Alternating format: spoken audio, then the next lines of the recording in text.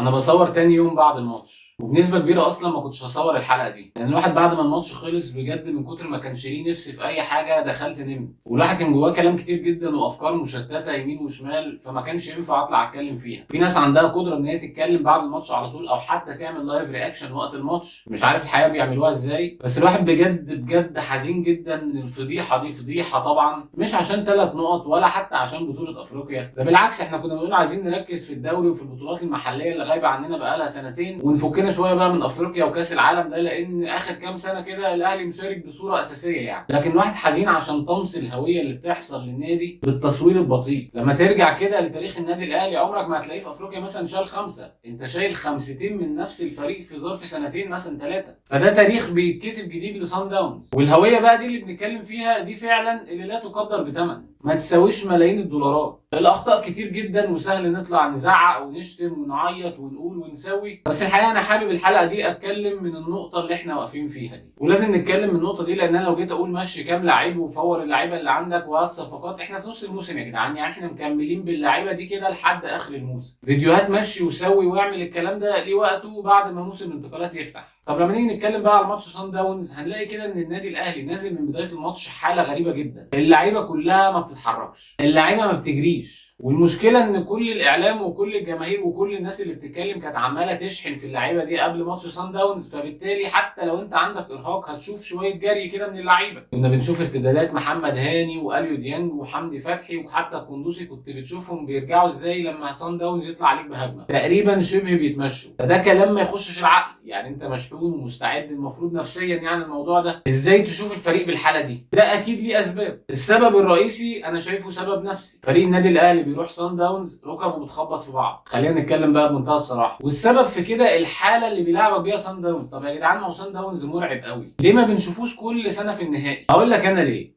صن داونز فريق لذيذ. يعني ايه فريق لذيذ؟ فريق بيلعب من اجل المتعه. انا بتكلم بجد، الفريق ده بيلعب من اجل المتعه.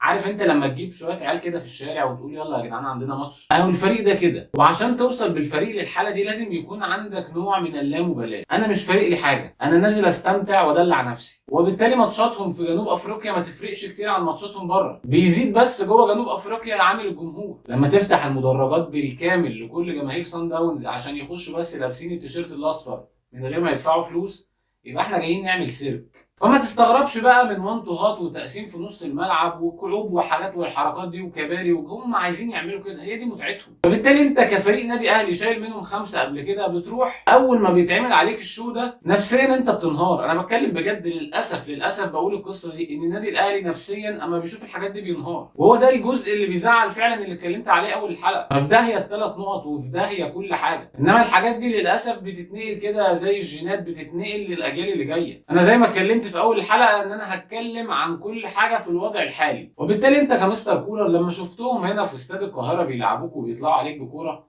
ما ينفعش تسيب المساحات دي، ما ينفعش. مش قصه ان انا هلعب 3 في نص الملعب وخلاص، لازم يبقى كل الخطوط قريبه من بعض وتلعب يا باشا في نص ملعبك عادي. برضه هيبقى ليهم لمسات جماليه وكل حاجه، بس مش بالصوره دي. مفيش لعيب من صن داونز هيلاقي مساحه وقت ومسافه يشوط بالاريحيه دي، خصوصا ان انت عندك جون مش شايف حاجه. الجون الاول والجون الثالث مفيش اي حد ضاغط على اي حد يا راجل، ده الجون الثالث القنبله الصاروخ دي الراجل شايطها وهو واقف، يعني يا ريته بيجري مثلا ولا متعزم فيها، ده وهو واقف. يبقى اول حاجه اتكلمنا فيها الجزء النفسي، واللي اكد كلامي ده ان انت هنا في القاهره لما حتى كنت وحش الشوط الاول وطالع خسران 1-0، قدرت الشوط الثاني ان انت تضيع ضربه جزاء، قدرت ان انت تجيب التعادل وتتقدم، ورغم كده ما كسبتش الماتش. انت بتلعب قدام شويه كلاونز بهلوانات كده بيمتعوا نفسهم في السيرك، الموضوع مش جدي بالنسبه لهم، انا جاي اعمل عليك فقره وشو. طيب بعد العامل النفسي في جزء ارهاق، طبعا في جزء ارهاق، واللي يقول ما فيش ارهاق ما بيفهمش. لما تلعب في اقل من 10 ايام 3 ماتشات بنفس القوام، ومعاك بقى تراكمات فاتت قبل كده لان قائمتك محدوده بسبب الاصابات، واللعيبه كمان اعمارهم كتير مش قليله. انت لاعب بعلي معلول ماتش القطن، ولاعب بعلي معلول ماتش المقاولين،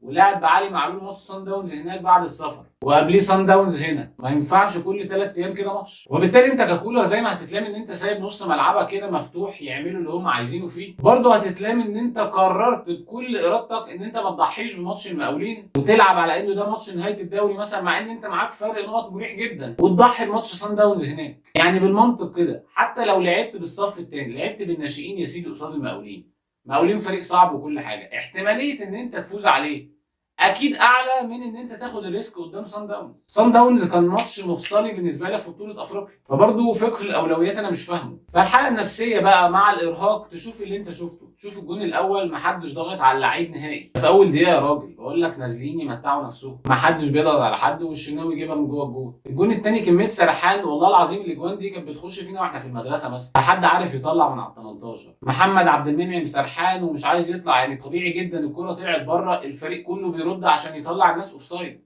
محمد عبد المنعم سرحان. الجون الثالث واحد شايط من كام 35 يارده باين على الثابت كمان، ما حدش عايز يضغط عليه والشناوي بيتفرج على الكوره. ونقف شويه عند الشناوي بقى بالمره، يعني كل الناس عماله تقول كفايه كده على الشناوي لازم يريح ونشوف بديل. طب اداره النادي الاهلي او جهاز الكوره بقى والمدير الفني كله شايفين ان الشناوي هو احسن واحد موجود، والاثنين التانيين مش هينزلوا غير لو كل واحد بالدور كده اتصاب. يعني الشناوي اتصاب هنشوف علي لطفي، طب علي لطفي اتصاب هنشوف شوبير، طب شوبير اتصاب هنشوف حمزه علاء، هي بالدور كده. من ضمن سياسه الاعراض بقى اللي انت عمال تطلع اللعيبه اللي مش عايزها، مش ان انت عايز تخليهم يتودكوا كده ويرجعوا لك تاني، لا انت بتطلع اللعيبه اللي مش عايزها. محمد محمود مثلا انت ماشيه لان خلاص انت غلطت ان انت جددت له العقد، قررت ان انت تنزل من على قفاك مرتبه، هو اصلا ما بيلعبش يعني. مصطفى شوبير ده وانا اثق كويس جدا في امكانيات مصطفى شوبير وفي موهبته، مش كان الاولى طلع اعاره مع الاعارات اللي احنا شايفينها دي؟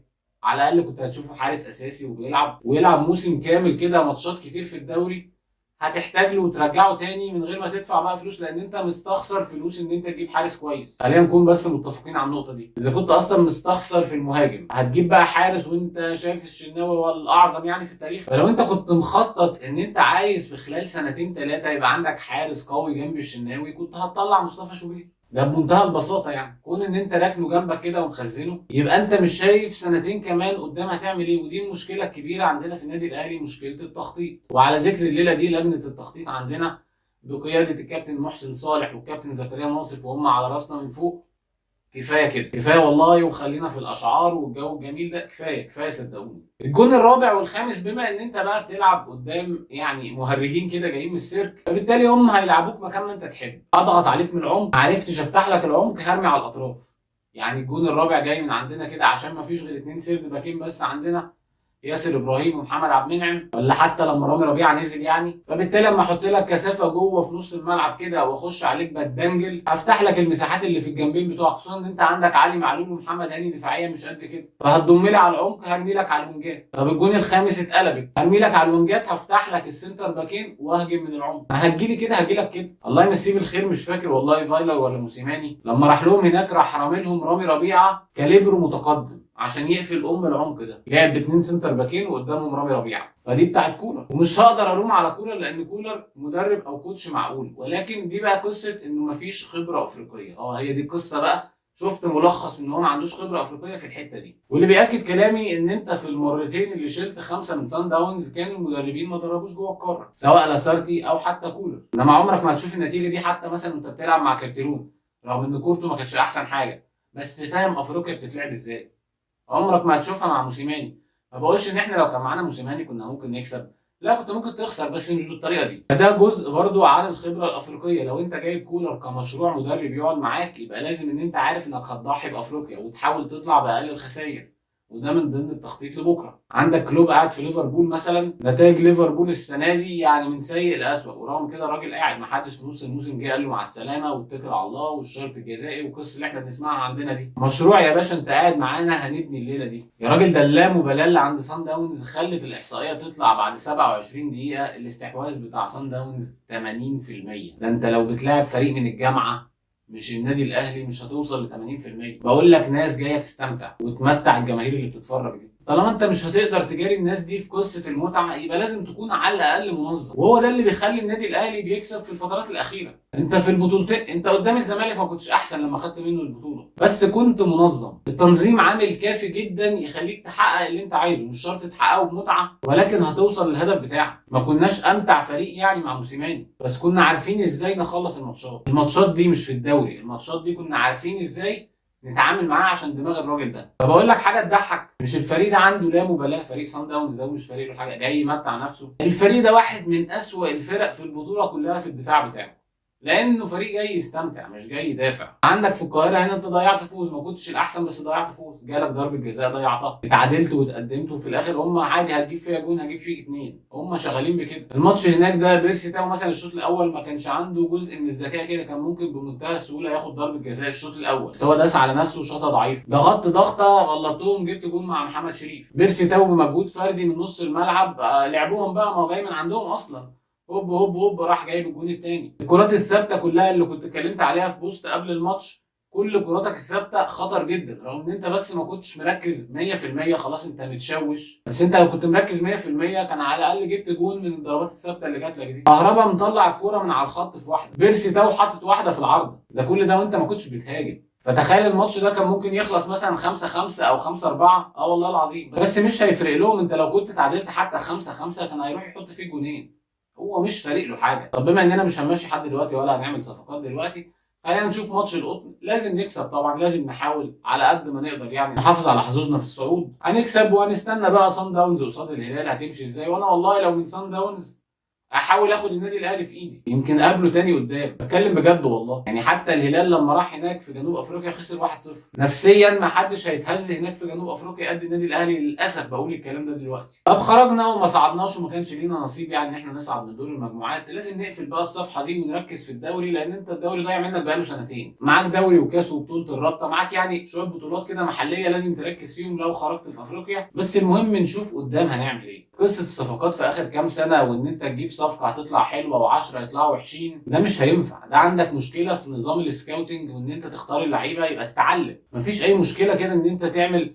تايتل جديد في النادي الاهلي ان انت عايز فريق سكاوتنج ويطلع ياخد كورسات بره ويحتك بره ويعمل معايشات بره ويتعلم بره ويجي لك ينفذ. ميزانيه صن داونز دي كده كلها على بعض كام؟ ما تجيش ربع ميزانيه النادي الاهلي، والله اقل من ربع اكيد، ده بيجيبوا لعيبه ب $200,000 و$300,000، هو ده اللي عندهم، ولاعيبه 20 سنه و19 سنه و21 سنه وعاملين فريق مرعب. المدرب مستر كولر اخطا، بس ده اقل واحد تلوم عليه. انت مقتنع بمستر كولر كمدرب وكوتش، اقعد معاه وشوف الخبرات اللي عنده دي ازاي تعمل مشروع لقدام. معاك فلوس ومعاك كل الامكانيات اللي تساعدك على كده، ومعاك جماهير ومعاك براندنج ومعاك كل حاجه، بس انت قرر ان انت عايز مشروع في خلال 4-5 سنين النادي الاهلي ده يبقى في حته ثانيه.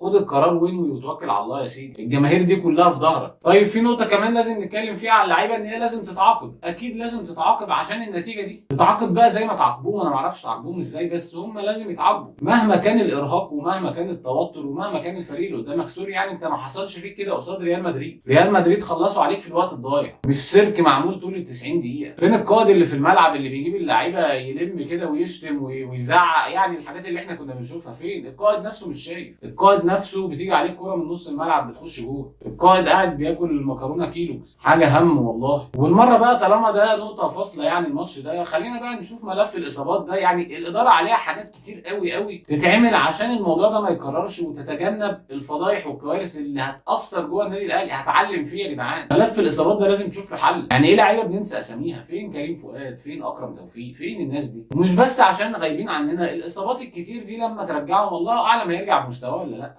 الله اعلم. محمد محمود اهو 3 صليبي، كل سنه وانت طيب، يعني شبه بطل كوره مع انه كان موهبه محترمه جدا. فبس مش قصه ان انت بتفقد لعيبه، اللعيبه دي بترجع لك يا صابت يا خابت بقى، انت ما تعرفش ده راجع لك عامل ازاي. هتحاول تتجنب القصه دي من الاول. ايه الفريق الوحيد اللي في العالم اللي كل اسبوع يتصاب منه واحد؟ ايه يعني ده؟ في ايه؟ قضاء وقدر وكل حاجه، بس هو القضاء والقدر ده عليا انا بس؟ مع الناس كلها. خد باسبابك يا باشا وبعد كده قول قضاء وقدر، خد بالاسباب الاول. واخر بقى حاجه حابب اتكلم فيها، النادي الاهلي ونادي الزمالك الاثنين لاعبين نفس عدد الماتشات، والاثنين معاهم 4 نقط، والاثنين ثالث مجموعتهم، ومصر في بطوله افريقيا للناشئين هنا وتحت 20 سنه على ارضنا هنا طلع حصلت المجموعه من دور المجموعات. فده يبين لك كده حجم المشكله اللي احنا فيها في الكره المصريه. الواحد ما يبص على الكوره مثلا في تونس او في المغرب بيحزن الحقيقه، المغرب طالعه رابع كاس عالم يا جدعان. هيجي واحد يقول لي مفيش مواهب، المواهب قلت، انا ما بقتنعش بالكلام ده نهائي، لسبب واحد بس، ان ربنا هو الخالق اللي خلق المواهب اللي فاتت يخلق مواهب دلوقتي ويخلق مواهب قدام. امال الفكره في ايه؟